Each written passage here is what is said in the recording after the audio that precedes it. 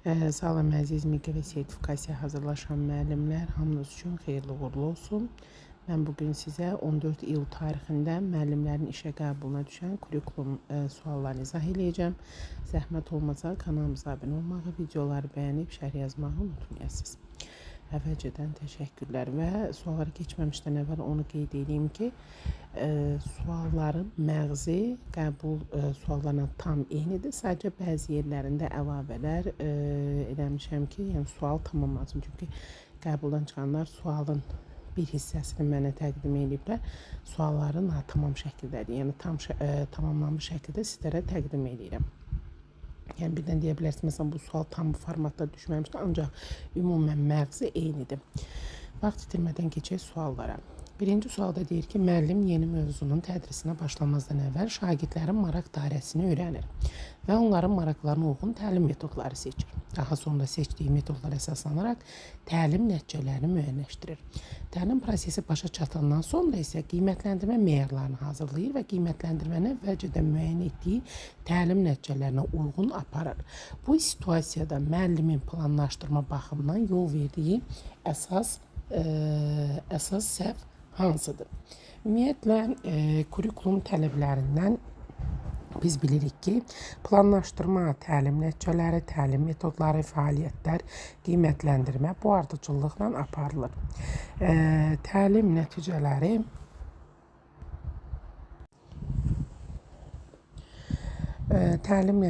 müəllimin dərsin sonunda şagirdin hansı bilik, bacarıq və səriştələrə yiyələnəcəyini müəyyən edir. Təlim metodları isə bu nəticələrə nail olmaq üçün seçilən vasitələrdir. Yəni bunları biz bilirik. Və müəllim metodlara uyğun nəticə hazırladıqda planlaşdırmanın məntiqi ardıcıllığını pozmuş olur. Yəni bu səbəbdən də əsas səhv təlim metodlarına uyğun təlim nəticələrinin hazırlanması kimidir. Qeyd olunmalıdır. Yəni burada da variantlara gəlin baxaq.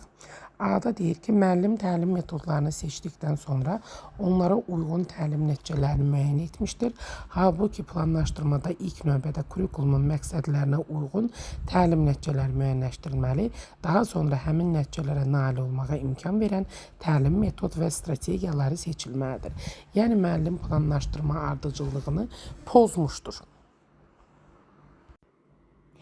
Bəli, A doğru cavabımız hesab olundu. Bir daha deyirəm, kurikulumun əsasında planlaşdırmanın ardıcıllığını bilirik ki, təlim nəticələri müəyyən edilir. Yəni kurikulumun məqsədlərinə uyğun şəkildə eləyirik onu. Həmin nəticələrə uyğun təlim strategiya metodları seçilir. Qiymətləndirmə meyarları və vasitələri planlaşdırılır. Təlim prosesi həyata keçirilir və qiymətləndirmə aparılır. Yəni burada da müəllim əvvəlcə şagirdlərin maraqlarına uyğun təlim metodları seçir. Sonra həmin metodlara əsasən təlim nəticələri müəyyən edir. Yəni bu planlaşdırmanın əsas prinsipini pozur. Təlim metodları təlim nəticələrinə xidmət eləməlidir, əksinə yox. Ona görə də A bəndi doğrudur. Əsas səhv planlaşdırma ardıcıllığının pozulmasıdır. Digər variantlara da baxaq. B-də deyir ki, müəllim şagirdlərin maraq dairəsini nəzərə almışdır. Bu yanaşma fərdiləşdirilmiş təlim üçün müsbət olsa da, təlim metodlarının seçilməsində yeganə meyar olaraq meyar maraq olmamalıdır. Əsas meyar yenə də təlim nəticələridir. Bu qismən doğrudur, lakin əsas səhvi tam ifadə etmir. Ona görə də bunu götürənmərik. C-də deyir, müəllim qiymətləndirməni təlim nəticələrinə uyğun planlaşdırmışdır. Bu kurikulumun əsas prinsiplərindən biridir və planlaşdırma baxımından düzgün addımdır. Bu doğrudur, ancaq qiymətləndirmənin təlim nəticələrinə uyğun aparılması da düzgün yanaşmadır. Amma tam dolğun cavabımız A bəndindəki qeyd olunur. Yəni belə deyək, tam cavab var, natamam cavab var. A bəndi tam, doğru, dolğun cavab hesab olunur. D-də nə istəyir bizdən? Müəllim təlim prosesində müxtəlif metodlardan istifadə etmişdir. Müxtəlif metodlardan istifadə təlimin keyfiyyətini artırır və bu planlaşdırma baxımından yanlış hesab edilmir. Doğrudur. Müxtəlif metodların istifadəsi səhv deyil. Sadəcə yəni bizim prinsipə yanaşmanın belə deyim də yol göstərəni deyil. O baxımdan özündə doğru ola bilər, amma bizim situasiya ilə əlaqəsi yoxdur. Qeyd edir, müəllim təlim metodlarını şagirdlərin maraqlarına uyğun seçmişdir. Şagird maraqlarının nəzərə alınması vacib olsa da, bu yalnız təlim nəticələri müəyyənləşdirildikdən sonra edilməlidir. Bu səbəbdən problemin mahiyyəti metod seçimi deyil, planlaşdırma ardıcıllığının pozulmasıdır. Bu qismən doğrudur, lakin problem metodların maraqlara uyğun seçilməsi deyil, təlim nəticələri müəyyən edilməzdən əvvəl seçilməsidir. Bir daha deyirəm, burada problem metodların maraqlara uyğun seçilməsi deyil, təlim nəticələri müəyyən edilməzdən əvvəl seçilməsidir. Yəni, təlim nəticələri mütləq şəkildə hər şeydən öndə olmalıdır. Ona görə 1A bəndi oldu. Ümumiyyətlə, yəni yaddan çıxartmayın ki, təlim nəticələri, təlim metodları, fəaliyyət, qiymətləndirmə ardıcılığı bu şəkildə davam eləməlidir. İkinci sualımıza baxırıq. İkinci sualda deyir ki, dərs zamanı bir şagird lövhədə tapşırıq həll edərkən səhv cavab verir. Sinif yoldaşlarından biri onun səhvinə gülür. Müəllim isə gülən şagirdi danlamaq və cəzalandırmaq əvəzinə sakit şəkildə belə deyir. Təsəvvür et ki, sən onun yerində olsaydın, dostlarının sənin səhvinə gülməsi sənə necə təsir edərdi? Həmin vəziyyətdən hansı hissləri keçirərdin? Müəllimin bu yanaşması əsasən hansı pedaqoji prinsipə əsaslanır? A-da deyil, cəzalandırıcı intizam, şagirdin arzu olunmaz davranışını sərt cəza və məhdudiyyətlər vasitəsilə aradan qaldırmaq. Bu doğru yanaşma hesab olunmur. Çünki cəzalandırıcı intizam yanlışdır. Müəllim şagirdi nə danlayır, nə də cəzalandırır. Məqsəd qorxu yaratmaq olmamalıdır. B-də deyir, pozitiv bərpa-edici yanaşma şagirdin öz davranışının başqalarına təsirini dərk etməsinə, empatiya qurmasına, məsuliyyət hissini inkişaf etdirməsinə və münasibətləri bərpa etməsinə şərait yaratmaq. Bəli, bu doğru yanaşmadır. Çünki bu situasiyada müəllim şagirdə danlamaq, cəzalandırmaq və ya utandırmaq yolunu seçmir. Əksinə, o şagirdə öz davranışını başqa insanın gözü ilə qiymətləndirmə imkanı yaradır. Müəllimin verdiyi sən onun yerində olsaydı nə hiss edərdin elə sualı şagirdə empatiya, yəni başqasının hisslərini anlama, özünü dərk, öz davranışına tənqidi yanaşma və məsuliyyət hissi formalaşdırmaq xidmət edir. Pozitiv bərpa-edici yanaşmanın əsas məqsədi də davranışı cəza ilə dəyişmək deyil, şagirdin davranışının başqalarına necə təsir etdiyini dərk etməsinə şərait yaratmaqdır.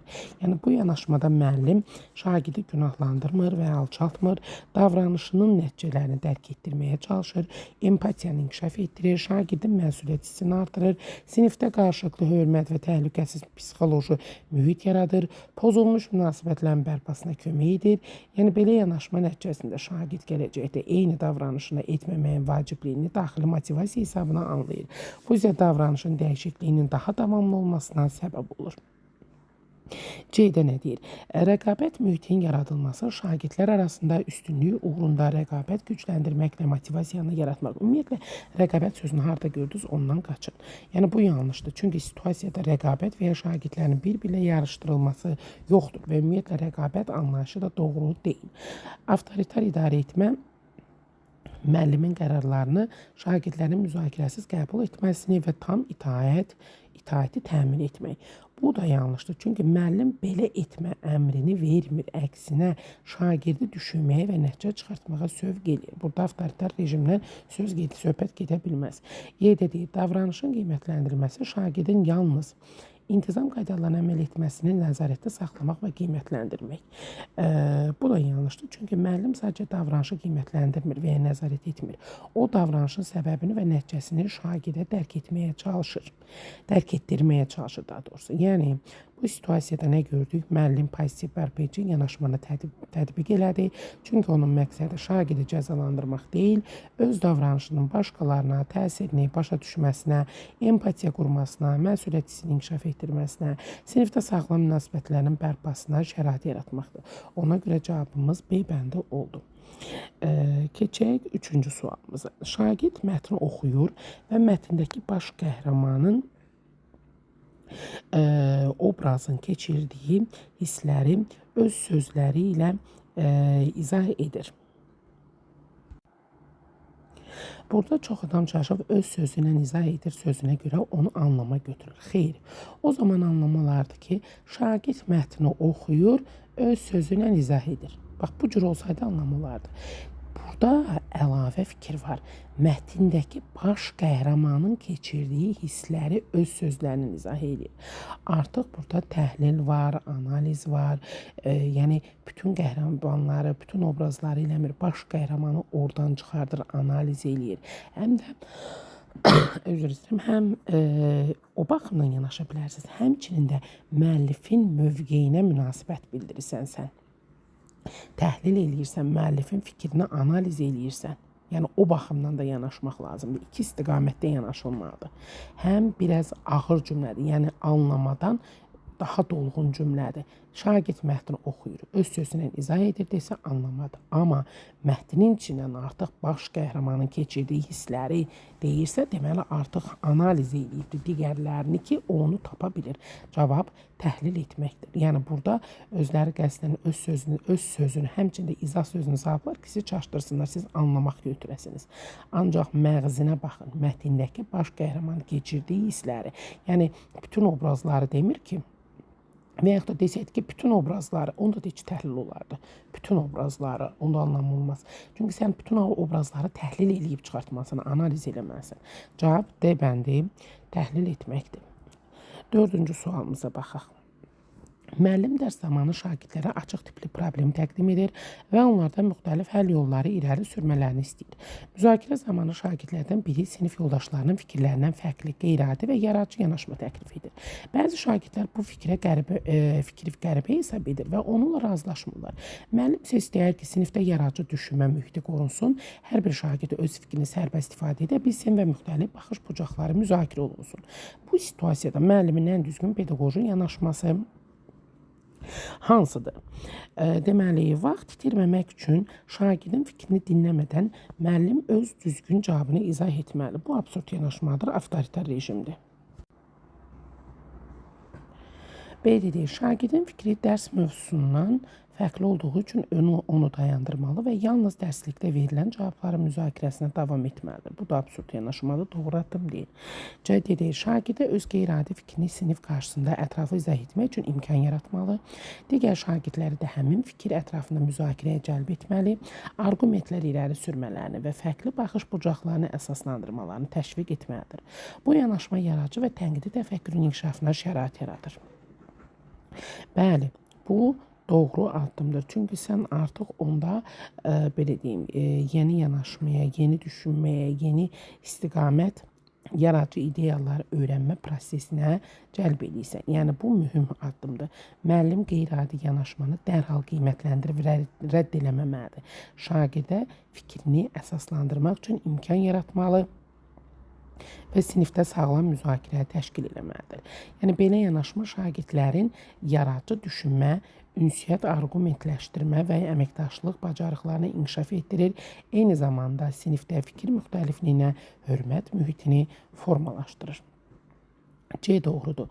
Digər şagirdlərin razılaşmadığını əsas gətirərək qeyri-adi yanaşmanı nəzərə almamalı və müzakirəni dayandırmalıdır. O zaman konflikt yaranır. Şagirdə fikrinin səhv olduğunu bildirməli və yalnız ənənəvi həll yollarından istifadə etməsini tövsiyə etməlidir. Bu da motivasiyanı azaldır, olmaz. 5-də deyir. Dərs zamanı iki şagird arasında fikir ayrılığı yaranır və qısa müddət ərzində bu fikir ayrılığı qarşılıqlı ittihamları və gərgin mübahisəyə çevrilir. Digər şagirdlər də hadisəyə müdaxilə etməyə başlayır və sinifdə təlim mühiti pozulur. Müəllim həm konflikti konstruktiv şəkildə həll etmək, həm də şagirdlərdə qarşılıqlı hörmət, ünsiyyət və problem həll etmə bacarıqlarını inkişaf etdirmək istəyir. Aşağıdakı müəllim fəaliyyətlərindən hansı konflikt idarə olunması prinsiplərinə ziddir? A-da deyir, baxaq. Bir dəqiqə. Müəllim əvvəlcə tərəfləri sakitləşdirir. Hər iki tərəf şagirdə fikirlərini növbə ilə sərbəst ifadə etmək imkanı yaradır. Onları diqqətlə dinləyir və problemin səbəbini birlikdə müəyyənləşdirərək qarşılıqlı məqbul həll yolu tapmalarına kömək edir. Bəli, bu çıxış yoludur, amma bizdən zidd olan istədir. Ona görə A getdi. B də deyir, müəllim şagirdləri bir-birini dinləməyə, fərqli fikirlərə hörmətlə yanaşmağı təşviq eləyir, emosiyaların deyil, faktların müzakirə edilməsini təmin edir və sinifdə qarşılıqlı hörmət mühitini qoruyur. Nə gözəl. Bu da doğru cavabdır. Amma bizdən səhv istəyir. Müəllim emosiyaların səngiməsi üçün qısa fasilə yaradır. Sonra isə şagirdlərin əməkdaşlığı və qarşılıqlı anlaşmaya yönəldən fəaliyyət təşkil edir. Doğru addımdır. Müəllim konflikt həll edildikdən sonra şagirdlərlə birlikdə yaranmış vəziyyəti təhlil edir. Gələcəkdə oxşar halların qarşısını almaq üçün sinif qaydalarını yenidən xatırladır. Bəli. Bu da doğru addımdır. Müəllim münaqişənin səbəbini araşdırmadan yalnız bir şagirdin izahatına əsasən digər şagirdi bütün sinif qarşısında günahlandırır və ona irad bildirərək müzakirəni dayandırır. Yəni doğru addım atmır, səhv addım atır. Çünki konfliktin idarə olunmasının əsas prinsipləri obyektivlik, hər iki tərəf dinləmək, problemin səbəbini araşdırmaq, qarşılıqlı hörmət və dialoq yaratmaqdır. Müəllimin yalnız bir tərəfi dinləyərək digər şagirdi günahlandırması həm obyektivliyinə, həm də konfliktin konstruktiv həlli prinsiplərinə ziddir. Bu yanaşma münaqişəni daha da dərinləşdirər, şagirdlərdə ədalətsizlik hissini yaradar və müəllimə olan etimadı azalda bilər. Doğru yanaşma deyil. 6-cı suala baxaq. Müəllim deyir ki, müəllim dərslər qrup işi təşkil etmişdir. Kənardan müşahidə edildikdə qrup çox fəal görünür. Üzvlər müzakirə aparır, təqdimat hazırlaşır və tapşırığı vaxtında təqdim edir. Lakin müəllim qrupun iş prosesini daha yaxından izlədikdə məlum olur ki, tapşırığın əsas hissəsini yalnız bir şagird yerinə yetirir. Digər üzvlər isə ya müşahidəçi mövqeyində qalır, ya da həmin şagirdin hazırladığı işi təqdim etməklə kifayətlənirlər. Bu vəziyyət qrup işinin məqsədinə, əməkdaşlığı, məsuliyyət bölgüsü və bütün şagirdlərin fəal iştirakına uyğun gəlmir. Bu problemin təməl səbəbini müəyyənləşdirmək və aradan qaldırmaq üçün müəllimin ən düzgün yanaşması hansıdır? Arda deyirik, qrupun yekun nəticəsini əsas götürərək bütün üzvlərə eyni qiymət verməli və nəticənin yaxşı olmasını əsas meyar hesab etməlidir. Bu çıxış yolu hesab olunmur. Peşəkar müəllim yanaşması deyil. B-də deyir, tapşırığı yerinə yetirən şagirdi fərdi şəkildə mükafatlandırmalı, digər şagirdlər isə məsuliyyətsizliklə günahlandırmalıdır. O zaman diferensiallıq pozulur. Olmaz. C-də deyir, problemin təməl səbəbini araşdırmalı, qrup daxilində rolların necə bölüşdürüldüyünü, hər bir şagirdin iştirak səviyyəsini, passivliyin səbəblərini və əməkdaşlığa mane olan amilləri müəyyən etdikdən sonra uyğun pedaqoji müdaxilə etməlidir. Bəli, peşəkar müəllim problemi yalnız zahiri əlamətlərə görə qiymətləndirmir. O, əvvəlcə problemin təməl səbəbini araşdırır. Rolların düzgün bölüşdürülməməsi, tapşırığın strukturunun zəif planlaşdırılması, motivasiya çatışmazlığı, liderlik balansının pozulması və ya qiymətləndirmə meyarlarının qeyri-dəqiq olması kimi amillərlə müəyyən olunur.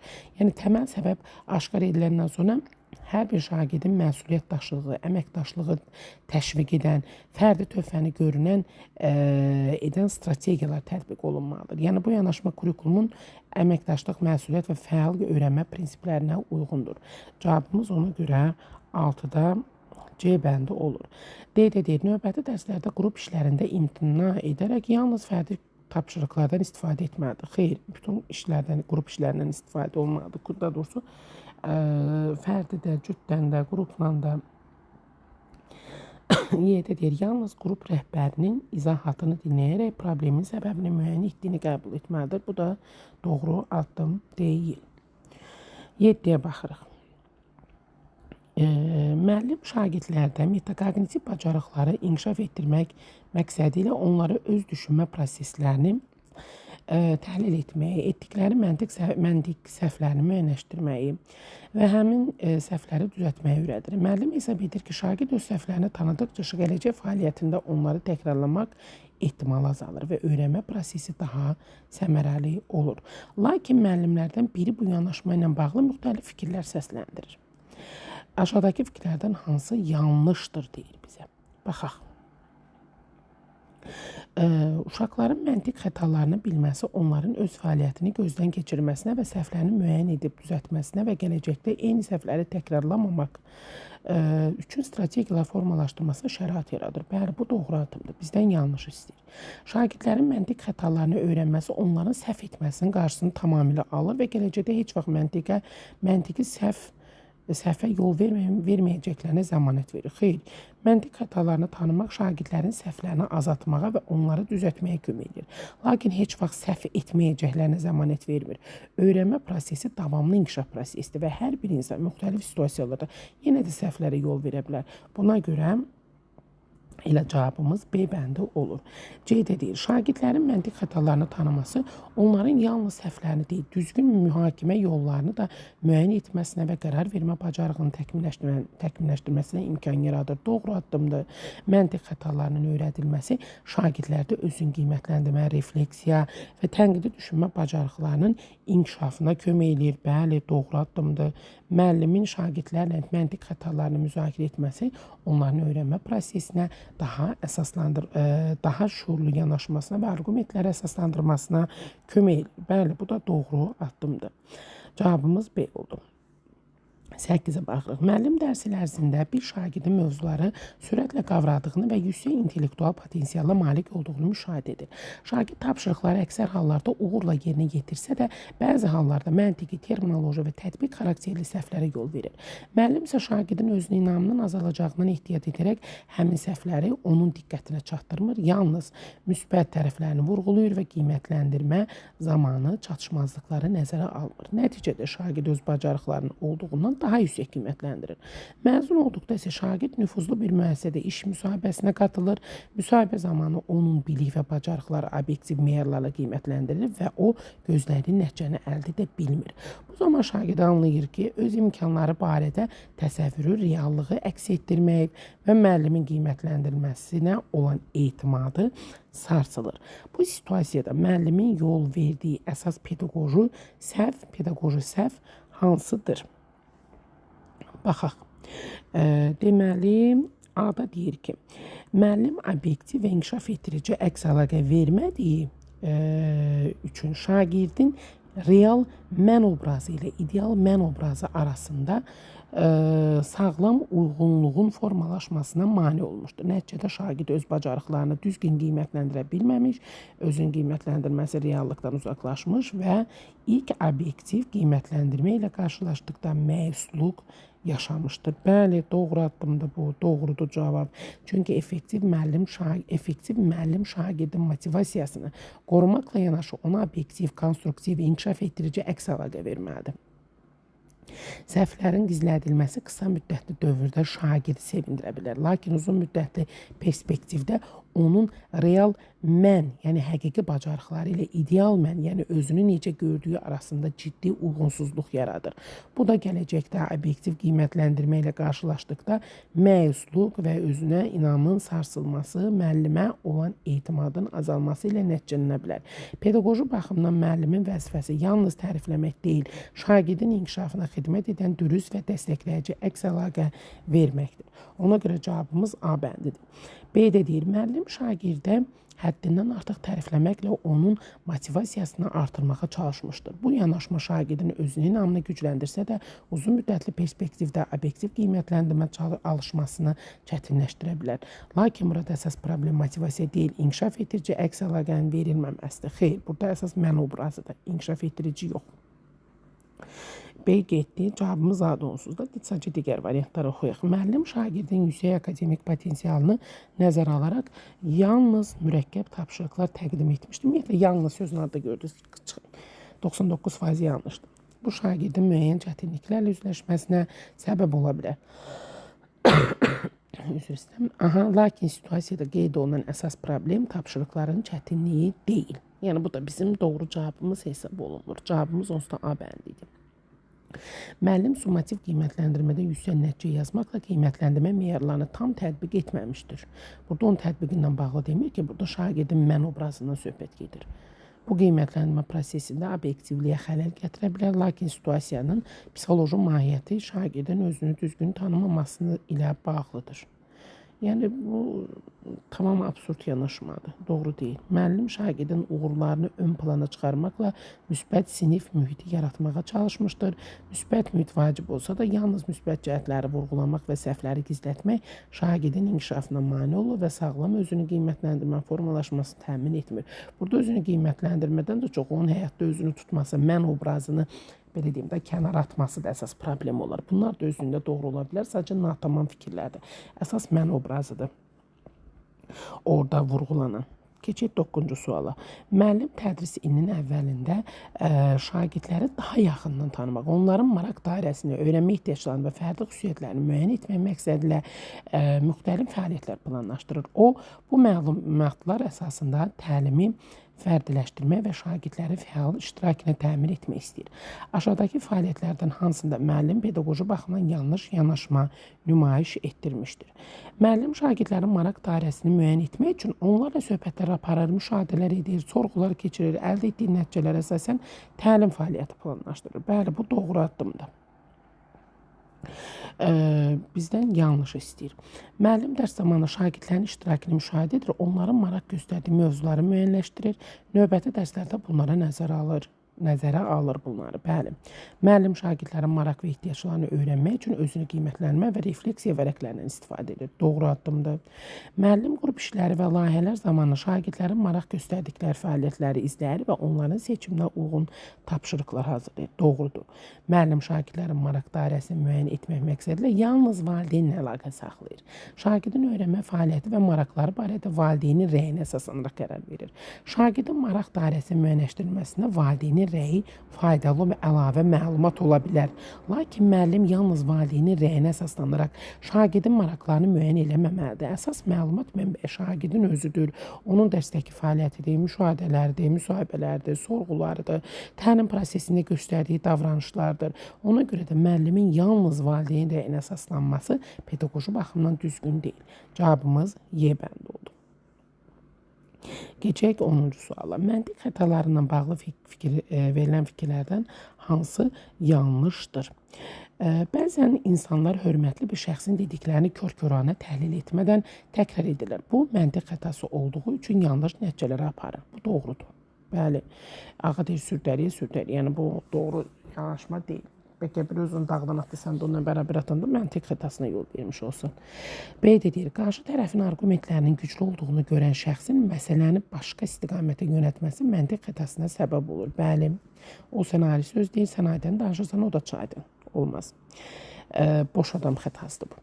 Hər hansı bir məsələ ilə bağlı fikir yürüdərkən zəif argumentlər əsasında çıxarılan yanlış nəticə məntiq xətası hesab oluna bilər. Bəli, bu da doğrudur. Deyir, şagirdin məntiq xətaları haqqında məlumatlı olması qarşısındakının məntiq xətasını və verdiyi mühakiməni müəyyənləşdirib onun səhvlərini düzəltməsinə xidmət etməlidir. Bu, belə deyim də, yanlış elə budur. Y-yə də baxaq.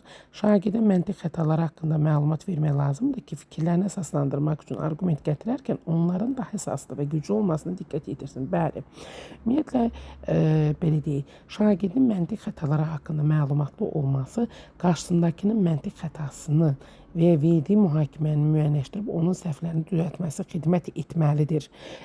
Belə deyək də, bu yanlışdır. Çünki məntiq xətalarının öyrədilməsinin əsas məqsədi başqalarının səhvlərini tapmaq deyil. İlk növbədə şagirdin öz düşünmə prosesini təhlil etməsi, öz argumentlərini düzgün qurması, öz məntiq səhvlərinin qarşısını almasıdır. Yəni, başqalarının mühakimələrini təhlil etmək, tənqidi düşünmənin tərkib hissəsi olsa da, təlimin əsas məqsədi insanı başqalarının səhvini axtarmağa deyil, öz düşüncəsini daha məntiqli və əsaslandırılmış qurmağa yönətməkdir. Ona görə də elə cavabım deyildir. A-da nəyə görə olmadı? Çünki bəzən insanlar hörmətli bir şəxsin dediklərini kör-körənə təhlil etmədən təkrar edirlərsə, bu məntiq xətası olduğu üçün yanlış nəticələr aparır ona görə. Yəni, avtoritetə istinad məntiq xətasıdır. Yəni, doğru yanaşma deyil. Hər hansı bir şəxsin nüfuzlu olması onun dediyi hər fikrin avtomatik doğru olduğunu göstərmir. Fikir, sübut və argumentlərlə qiymətləndirilməlidir.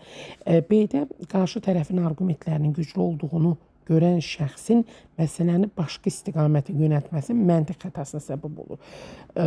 Bu da doğrudur. Çünki mövzudan yayınma tipli məntiq xətasıdır.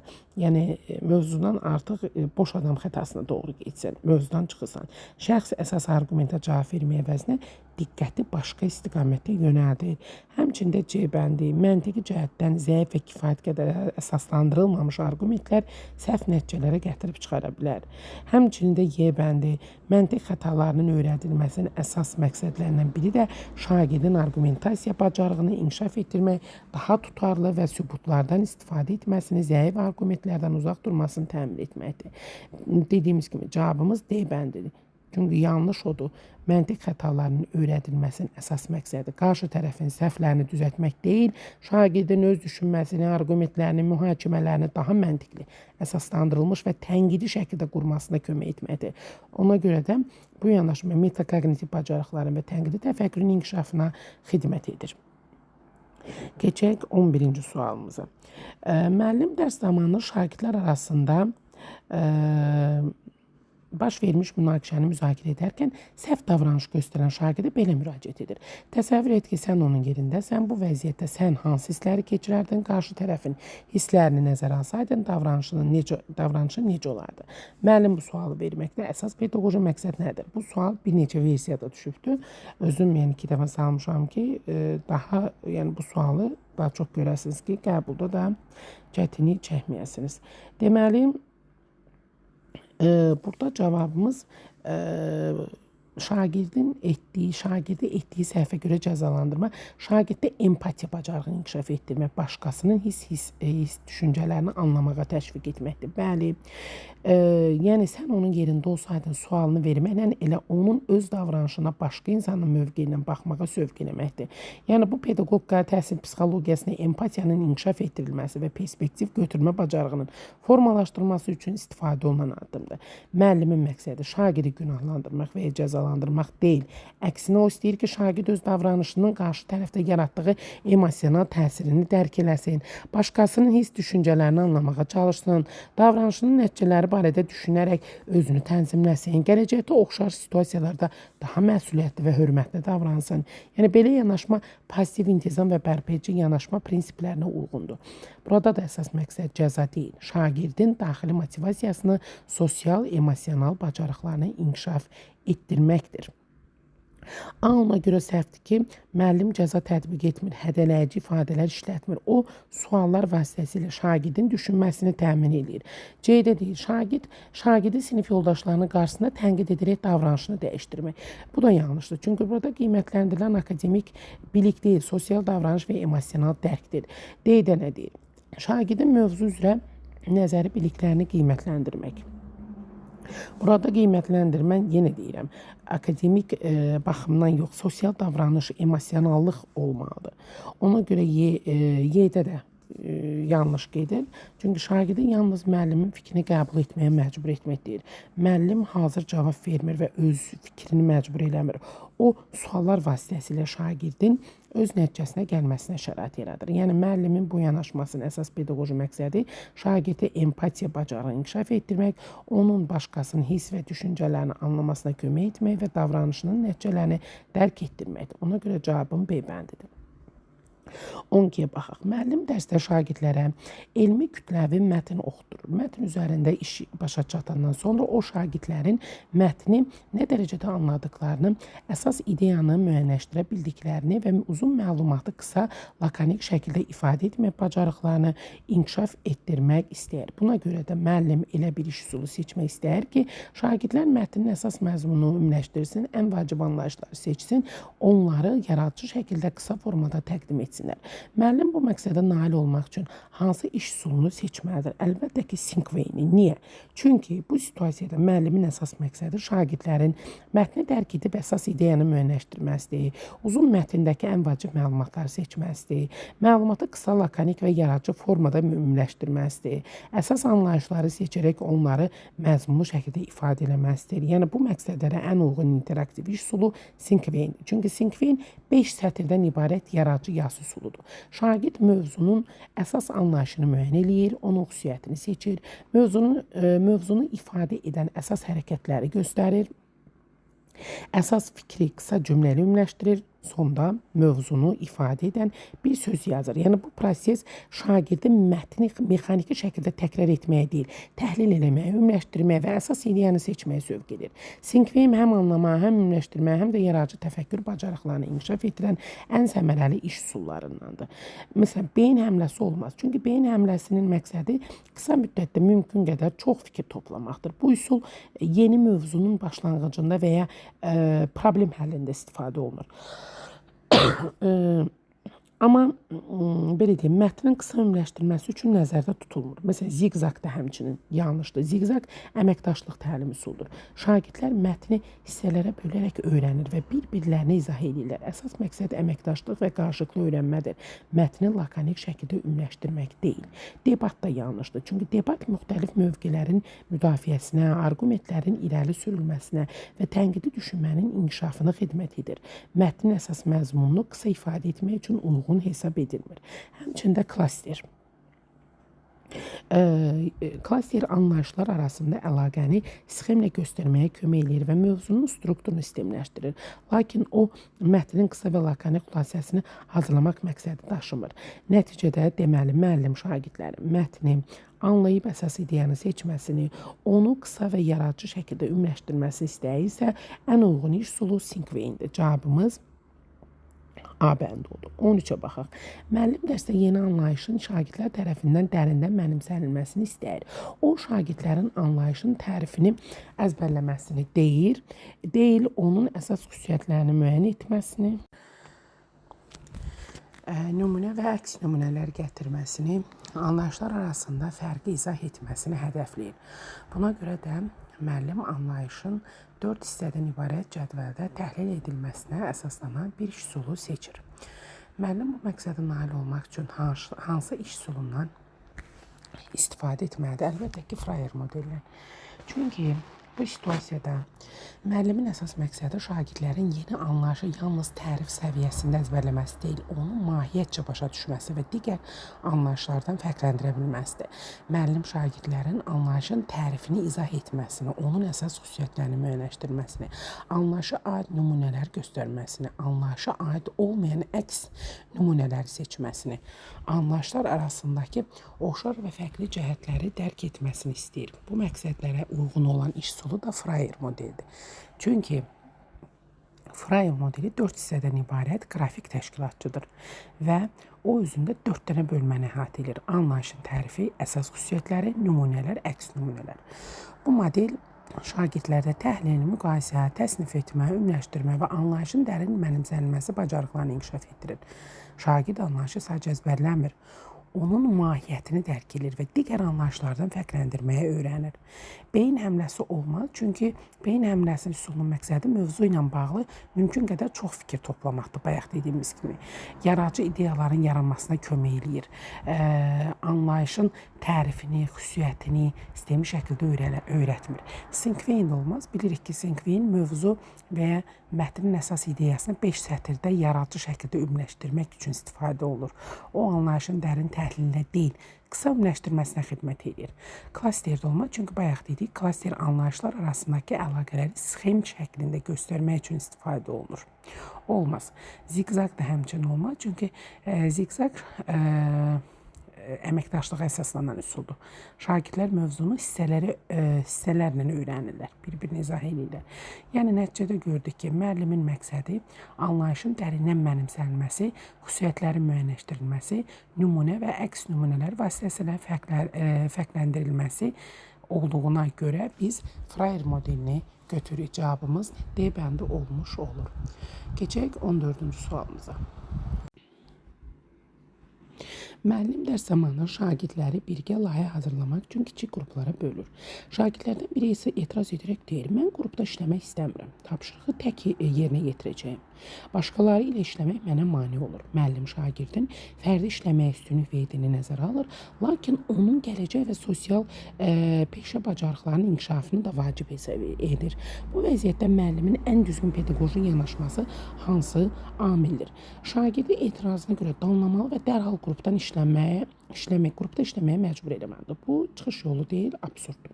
Şagirdin istəyini qəbul edib ona fərdi tapşırıq verməli, qrup fəaliyyətindən tamamilə azad eləməlidir. Bu da çıxış yolu deyil. Şagirdin fikrinə hörmətlə yanaşmalı, qrup işinin məqsədini izah eləməli, əməkdaşlıq, ünsiyyət, komanda ilə işləmək bacarıqlarının gələcək təhsil və peşə həyatında uğur qazanmaq üçün vacib olduğunu bildirməli. Onun mərhələli şəkildə qrup fəaliyyətinə qoşulmağa təşviq eləməlidir. Elə cavabımız C-dir. D-də deyir.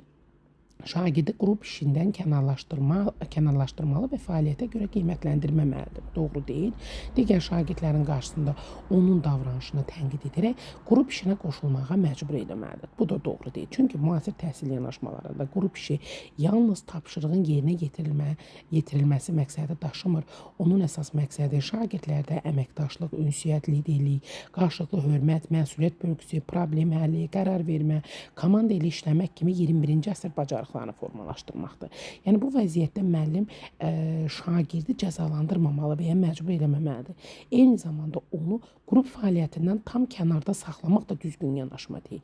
Müəllim şagirdin narahatlığını dinləməli, ona psixoloji dəstək göstərməli, qrup daxilində uyğun rol verməlidir. Əməkdaşlıq bacarıqlarının gələcək ali təhsilində, peşə fəaliyyətində, ictimai həyatda uğur qazanması üçün vacib olduğunu izah eləməlidir. Bu yanaşma şagird yönümlü, inklüziv təhsil, müsbət öyrənmə mühiti, əməkdaşlığa əsaslanan təlim prinsiplərinə uyğun hesab olunur. Ona görə cavabımız yuxarıda vurğuladıq hansı idi? C bəndi olmuş oldu.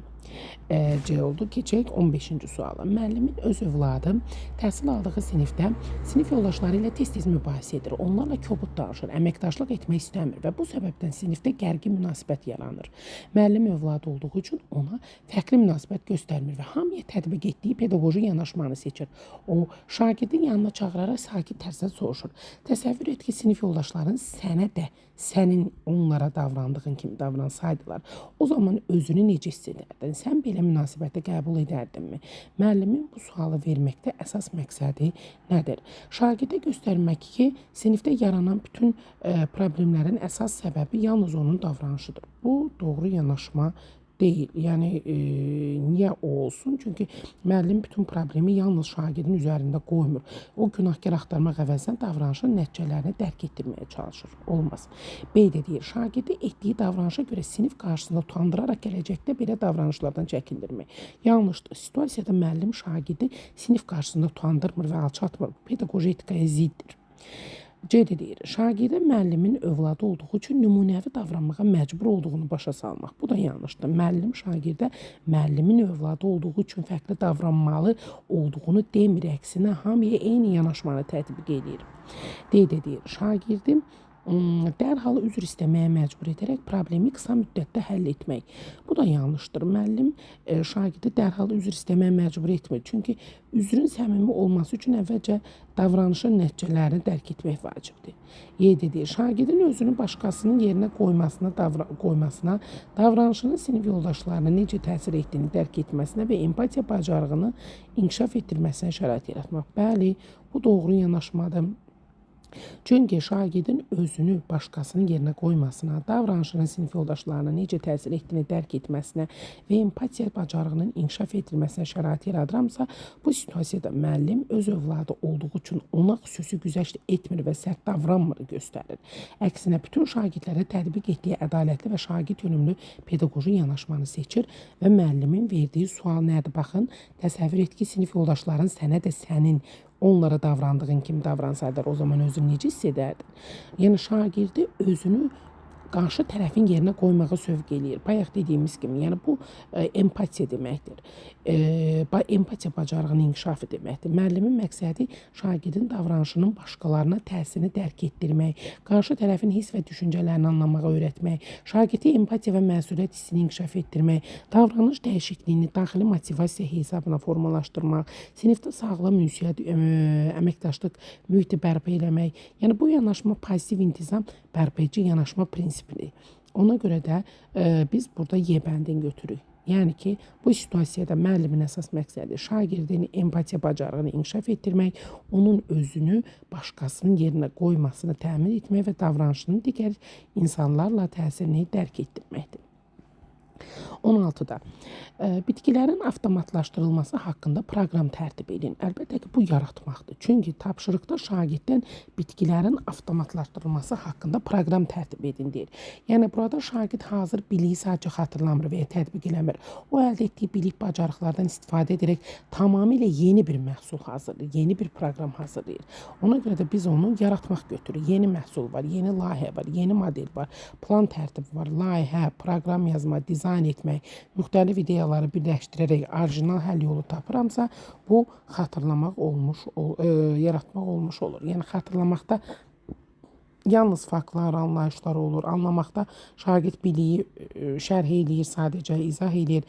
Tətbiqdə şagird öyrəndiyi qaydaları məlum situasiyada istifadə eləyir. Təhlildə analiz var. Yəni o doğru yanaşma deyil. Cavabımız yaratmaq olmuş oldu. Yəni Y bəndi. 17-yə baxaq. 17-də nə istəyir bizdən?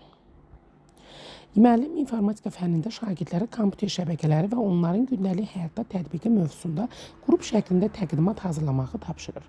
Qiymətləndirmə meyarlarını əvvəlcədən şagirdlərlə paylaşır və bildirir ki, təqdimatın məzmunu, etibarlı mənbələrdən istifadə, qrup üzvlərinin əməkdaşlığı, nitq bacarığı və vaxtın düzgün idarə olunması nəzərə alınacaq. Təqdimatlardan sonra müəllim müşahidə edir ki, qruplardan biri mövzunu düzgün izah edib, təqdimatda cədvəl və şəkillərdən səmərəli istifadə edib, lakin yalnız bir şagird təqdimatı edibdir. Digər üzvlər passiv qalıb, istifadə olunan mənbələr göstərilməyib və bəzi anlayışlar real nümunələrlə əlaqələndirilməyib. Müəllim şagirdlərin motivasiyasını qorumaqla yanaşı, onların gələcək fəaliyyətini yaxşılaşdıraraq konstruktiv rəy vermək istəyir. Aşağıdakı rəylərdən hansı müəllimin konstruktiv rəy vermə prinsipinə daha uyğundur? Baxaq. A-da deyir, təqdimatınızın mövzusu ardıcıl və məntiqli şəkildə təqdim olundu. Şəbəkələrin növlərinin düzgün izah etdiniz. Vizual materiallardan yerində istifadə etdiniz. Növbəti təqdimatda istifadə etdiyiniz məlumat mənbələrini qeyd etsəniz, hər bir qrup üzvünün təqdimatda fəal iştirakını təmin etsəniz və mövzunu gündəlik həyatda nümunələrlə zənginləşdirsəniz, təqdimatınız daha peşəkar və təsirli olacaq. Bəli, elə doğru cavabımız budur. Çünki bu situasiyada müəllimin məqsədi konstruktiv rəy verməkdir. Konstruktiv rəydə şagirdin inkişafına xidmət edən, motivasiyanı qoruyan, gələcək fəaliyyət üçün konkret istiqamət göstərən rəydir. Konstruktiv rəy əvvəlcə şagirdin güclü tərəfini qeyd edir. Çatışmazlıqları konkret və obyektiv şəkildə göstərir. Sonra şagirdi ruhdan salmır, şəxsiyyətinə deyil, fəaliyyətini qiymətləndirir. Növbəti dəfə daha yaxşı nəticə əldə etməsi üçün aydın tövsiyələr verir. Şagirdin inkişafına və motivasiyasına xidmət edir. Ona görə cavabımız A bəndidir. Çünki A bəndində bu xüsusiyyətlərin hamısını özündə birləşdirir. Müəllim əvvəlcə uğurlu cəhətləri, yəni məntiqli təqdimat, düzgün izah, vizual materiallardan istifadəni vurğulayır. Sonra isə çatışmazlıqları, yəni mənbələrin göstərilməməsi, bütün qrup üzvlərinin iştirak etməməsi, real nümunələrin azlığı kimi konkret şəkildə qeyd edir və onların necə aradan qaldırılacağını göstərir. Bu formatik qiymətləndirmənin və konstruktiv rəyin əsas tələblərinə uyğundur. B bəndində deyir ki, təqdimatınız ümumilikdə zəifidir. Digər qruplar sizdən daha yaxşı işləyiblər. Onların təqdimatına baxıb eyni şəkildə hazırlasanız, bəlkə növbəti dəfə daha yaxşı nəticə edərsiniz.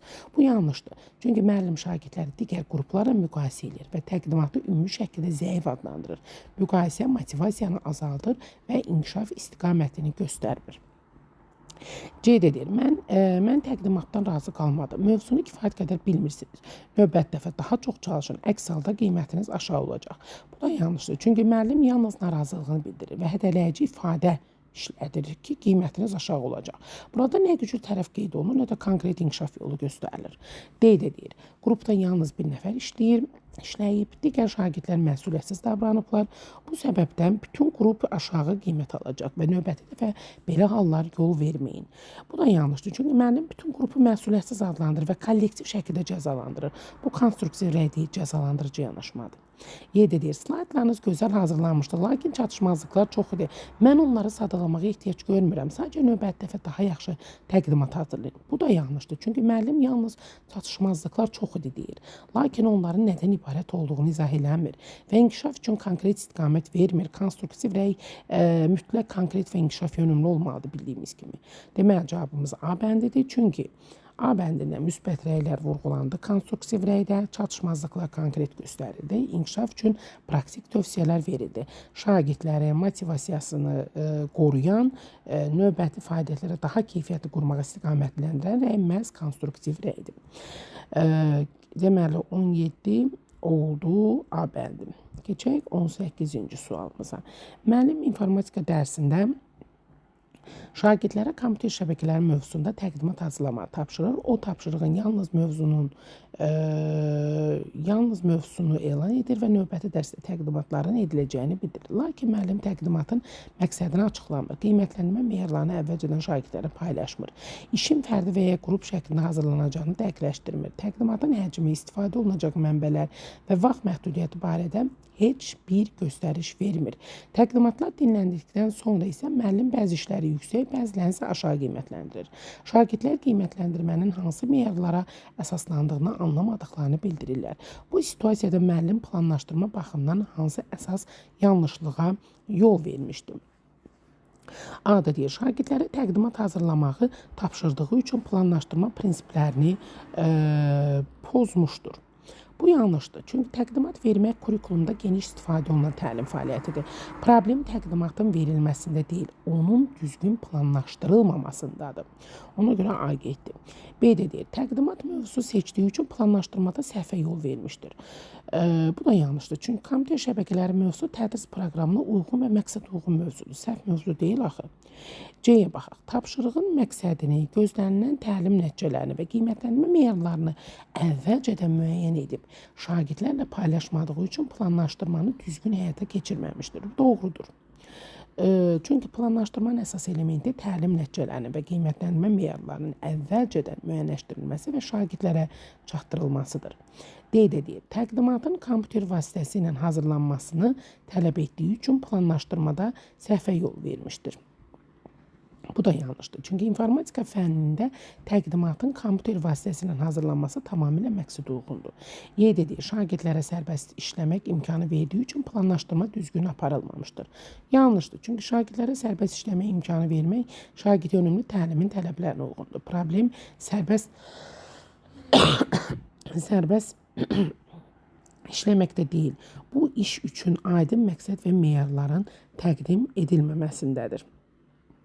Deməli, biz bu qənaətə gəldik ki, bu situasiyada müəllimin əsas səhvi planlaşdırma mərhələsini sistemli şəkildə qurmamasıdır. Kurikulumun tələblərinə əsasən müəllim hər hansı tapşırıq verməzdən əvvəl təlim məqsədini müəyyən etməlidir, gözlənilən təlim nəticələrini aydın şəkildə planlaşdırmalıdır, qiymətləndirmə meyarlarını əvvəlcədən hazırlayıb şagirdlərə paylaşmalıdır, onlarla paylaşmalıdır, tapşırığın fərdi və ya qrup işi olduğunu bildirməlidir, təqdimatın həcmini, müddətini, istifadə olunacaq mənbələri, qiymətləndirmə qaydalarını əvvəlcədən izah etməlidir. Yəni ki, situasiyada da gördüyümüz kimi müəllim bunların heç birini etmədiyinə görə şagirdlər onlardan nə gözləndiyini bilmirlər. İşlərini hansı meyarlara əsasən hazırlayacağını anlamırlar. Anladıkları qiymətin nəyə əsaslandığını dərk edəmirlər. Bu da şəffaflığa, obyektivlik, ədalətli qiymətlənmə prinsiplərinin pozulmasına səbəb olmuş olur. Nəticədə müəllimin əsas səhvi planlaşdırmanın vacib komponentlərini əvvəlcədən müəyyən edib şagirdlərlə paylaşmamasıdır. Əsas komponentlər nə oldu? Məqsəd, təlim nəticələri, qiymətlənmə meyarları və icra qaydaları. Ona görə cavabımız C bəndi oldu. 19-da müəllim tədris ilinin əvvəlində şagirdlərin mövzu üzrə əvvəlki bilik və bacarıqlarını müəyyən etmək məqsədi ilə onlara qısa tapşırıqlar verir. Dərs zamanı onların fəaliyyətini müşahidə edir, suallar ünvanlayır və cavablarını təhlil edir. Tədris prosesinin sonunda isə mövzu üzrə yekun nəticələri müəyyən etmək üçün summativ qiymətləndirmə aparır.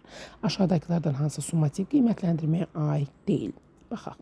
Təlim prosesinin sonunda şagirdin təlim nəticələrini müəyyən etmək məqsədi ilə aparılır. Bəli, doğrudur. Təlim prosesinin əldə olunan nəticələr əsasında şagirdin nailiyyət səviyyəsi qiymətləndirilir. Doğrudur. Mövzu, bölmə, tədris ilinin sonunda yekun nəticələrin ölçülməsinə xidmət edir. Bəli, amma deyil, yanlışdır. Çünki ilkin qiymətləndirmə apararaq deyil. Şagirdin əvvəlki bilik bacarığını müəyyən edir deyil. Həm şagirdə, həm də onun təlim fəaliyyətini izləyərək tədrisin planlaşdırmasına istiqamət verir. Cümlənin əvvəl diaqnostiklə başlayır, arxası formativlə tamamlanır. Yəni bu doğru yanaşma deyil. Cavabımız elə D bəndidir. Y də doğrudur. Qiymətləndirmə əvvəlcədən müəyyən edilmiş meyarlar əsasında həyata keçirilir. Doğrudur. Biz bilirik ki, ilkin qiymətləndirmə apararaq şagirdin əvvəlki bilik bacarığı müəyyən etmək diaqnostikdədir. Şagirdin fəaliyyətini izləmək formativdədir. Amma bu bizdən summativ istəyir. Summativ qiymətləndirmə təlim prosesinin müəyyən mərhələsi başa çatandan sonra şagirdin əldə etdiyi nəticələri ölçmək, onun nailiyyət səviyyəsini qiymətləndirmək məqsədi daşıyır. O, şagirdin təlim nəticələrinin gözlənilən standartlara nə dərəcədə uyğun olduğunu müəyyən edir. Amma deyilbəndi diaqnostiklə formativə aiddir. Yəni tədris başlamazdan əvvəl yeni mövzuya keçərkən diaqnostikdən istifadə olunur. Şagirdin əvvəlki bilik bacarığını müəyyən edirəmsə, diaqnostik qiymətləndirmədən istifadə olunur. Müəllimə təlim prosesini planlaşdırmasına kömək edir. Şagirdin öyrənmə ehtiyaclarını müəyyən edir. Bunlar diaqnostikə aiddir. Bizim də yanlış cavabımız yanlış istədi. O da D-bəndi olmuş oldu. 20-ci suala baxaq. 20-də deyir ki, müəllim dərsdə şagirdlərdə vətəndaşlıq şuurunu, ictimai məsuliyyət hissini və fəal vətəndaş mövqeyini formalaşdırmaq məqsədilə müxtəlif təlim fəaliyyətləri planlaşdırır. O istəyir ki, şagirdlər yalnız nəzəri bilik əldə eləməsinlər, həm də cəmiyyət qarşısında məsuliyyətlərini dərk eləsin, sosial problemlərə biganə qalmamaq öyrənsin, öz fikirlərinə əsaslandırılmış şəkildə ifadə eləsinlər. Aşağıdakı fəaliyyətlərdən hansı şagirdlərdə vətəndaşlıq hissinin inkişaf edilməsinə daha çox xidmət edir? A-da deyir, şagirdlər dərslikdə verilmiş vətəndaşlıq mövzusunu əzbərləyərək müəllimin suallarını cavablandırırlar və yalnız anlayışların təriflərini söyləyirlər. Yanlışdır, çünki anlayışları əzbərləmə və tərifini söyləmək yalnız bilik səviyyəsini inkişaf etdirir. Bu fəaliyyət vətəndaşlıq hissinin formalaşmasına kifayət qədər xidmət eləmir. B-də deyir, şagirdlər cəmiyyətdə baş verən sosial hadisələr və ictimai problemlərlə bağlı müzakirələr aparır, müxtəlif mövqeləri dinləyir və öz fikirlərini fakt və arqumentlərə əsaslandırır, problemi həlli ilə bağlı təkliflər irəli sürürlər. Bu prosesdə onlar həm hüquq və vəzifələrini, həm də cəmiyyət qarşısında məsuliyyətlərini dərk edirlər. Bəli, doğru cavabımız elə B bəndidir.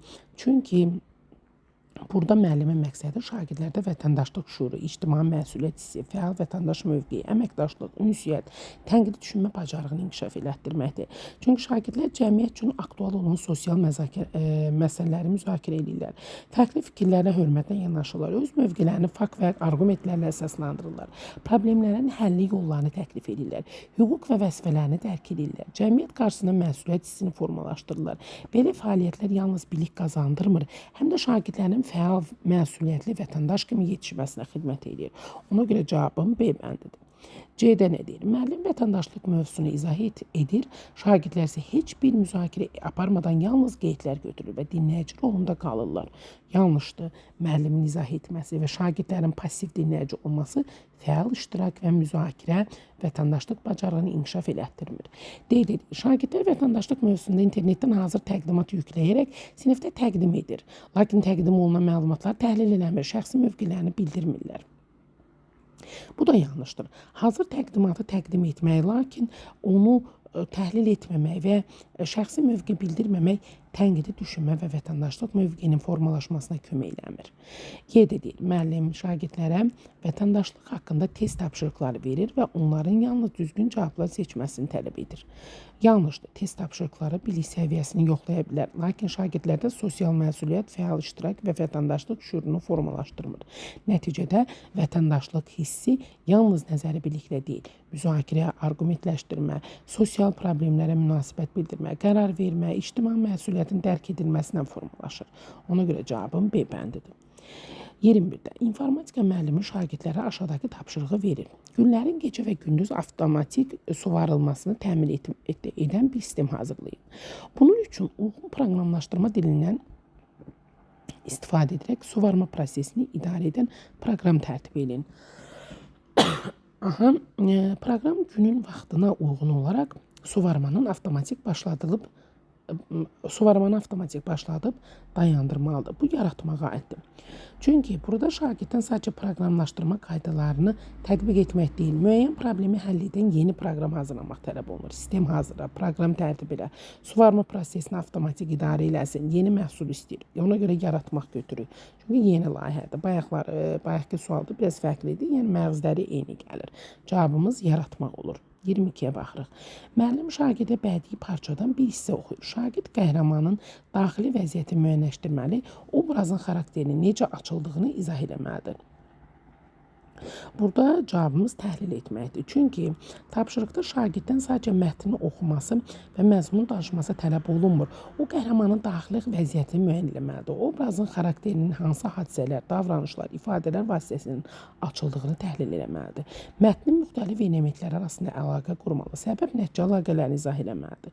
Ona görə burada cavabımız təhlil etmək olur. Çünki analiz var. 23-ə baxaq. Müəllim şagirdlərə fəsillər mövzusunda şeir əzbərləməyi tapşırır. Həmçinin fəsillərdəki dəyişiklikləri təsvir eləməlidirlər. Şagirdlər şeir əzbərləyir, fəsillərdəki dəyişiklikləri qeyd edir, müşahidələrin yazaraq təqdim edirlər, şeir ilə müşahidələr arasında əlaqə qururlar. Bu inteqrasiyanın hansı növündədir? Əlbəttə ki, fən daxili fənlər arası. Çünki Azərbaycan dili fənni daxilində şagird şeiri oxuyur, əzbərləyir, mətni anlayır, fikirlərini yazılı şəkildə ifadə edir, təqdimat edir. Bunlar eyni fənnin müxtəlif məzmun xəttləri, bacarıqlar arasında əlaqə yaratdığına görə fən daxilidir. Niyə fənlər arası? Çünki fəsillərdə baş verən təbiət hadisələri müşahidə deyirsə, bu həyat bilgisi, təbiət elmləridir. Bu müşahidələri şeirin məzmunu ilə əlaqələndirirsə Azərbaycan dilidir. Yəni Azərbaycan dilinin həyat bilgisi, təbiət elmləri arasında əlaqə quruldu. Bu da oldu fənlər arası. Yəni ki, həm eyni fən daxilində var, həm də fənlər arasında var. Ona görə cavabım C bəndidir. 24-də şagirdə bir atalar sözü təqdim olunur. Tapşırıqda həmin atalar sözünə əsaslanaraq giriş, əsas və nəticə hissələrindən ibarət esse yazması, essedə mövzuya uyğun 2 arqument və 1 nümunə göstərməsi tələb olunur. Bu, əlbəttə ki, dəyərləndirmə mərhələsidir. Esseni görən kimi qaça-qaça yaratmağa getməyin. Cavabımız dəyərləndirməkdir. Niyə? Çünki burada, belə deyim, arqument var. Mövqe əsaslandırma var. Biz bilirik ki, esse yazmaq adətən yaratmaqdır. Amma arqumentlərlə mövqe əsaslandırmaq dəyərləndirməyin elementidir. Ona görə də burada istifadə olunan qiymətləndirmə meyarları səbəbindən biz bunu dəyərləndirmək götürürük. Baxın, görürsünüz, 2 tipdə belə sual var idi. Bayaq öz sözündən izah eləmək, o müəllifin mövqeyi olan, onu da təhlil etmək çıxdı, görürsünüz. Bunda da dəyərləndirmək. Esse sözünü verir, amma səni çaşdırır. Bu dəyərləndirməkdir. Çünki arqument var. Siz deyərsiniz ki, bəs yaratmaq dəyərləndirməkdən daha üstündür axı. Mən də deyərdim, hə, onu götürək. Əgər desəydik ki, tapşırıqda bunu elədik, arqumentləri göstərdik və esseni yazdıq. Yəni esse sonda olsaydı, həmişə son cümlə önəmlidir. Son cümlə ağır cümlədir. Görürsünüz, arqument axıraturadır, dəyərləndirmə. Amma esse yazmanı cümlənin sonunda yekun fikir olaraq versəydi, onu da yaratmaq götürərdim. Özüm ilə ətraflı izah edirəm ki, çaşqınlıq yaranmasın. Keçək 25-ci suala. İnformatika müəllimi, demək 24D oldu. Daha doğrusu 24D nədir? 24 dəyərləndirmək oldu. A bəndi. 25. İnformatika müəllimi şagirdlərə hazır blok sxemi təqdim edir. Şagirdlərdən blok sxemdə göstərilən əməliyyatların ardıcıllığını izah etmələri, hər bir blokun funksiyasını öz sözlərinə şərh etmələrini və alqoritmin necə işlədiyini açıqlaması tələb olunur. Burada bizdən nə istəyir? Necəliyini, necə işlədiyini, öz sözlərinin ardıcıllığını, bunlar hamısı anlamaqdadır. Deyirsiniz, müəllim, niyə təhlil olunur? Çünki burada hər hansı biri fərqli-fərqli, tərəzinin fərqli-fərqli gözlərində mən bunları analiz etmədim ki, bir müstəvidə müqayisə edirəm və yaxud da belə deyim, birinin digərindən daha üstünlüyünü göstərmirəm ki, təhlil olsun və yaxud da hər hansı bir müəllim mövqeyi burada yoxdur ki, müəllifin mövqeyi olsa təhlil olar. Sadəcə baxdım, öyrəndim, izahını verdim, öz sözümdən də açıqladım. Ona görə bu anlamaq olur. Ümumiyyətlə testlər işləyəndə həmişə çalışın, sualın məğzinə baxın. Görün, ümumən sizdən nə istəyir? Ümumiyyətlə hər bir sualın dərinliyinə getsəz, hamısını xatırlamaq götürəsiniz. Ona görə heç vaxt dərinliyə getməyin. Ümumən baxın, səndən nə istəyir? Onun əsasında belə deyim, addımınızı atın, irəli gedin. Həmişə də birinci ağlınıza gələn cavabı götürün. Çünki sonradan dəyişəndə səhv olur. Çünki beyin avtomatik sənə doğru cavabı siqnal verir ki, mən bu testi nə vaxt işləmişəm, get bu cavabı götür. Ona görə də mütləq beyninizin və ürəyinizin səsinə qulaq asın, xeyirli uğurlu olsun. Xeyrini görəsiniz.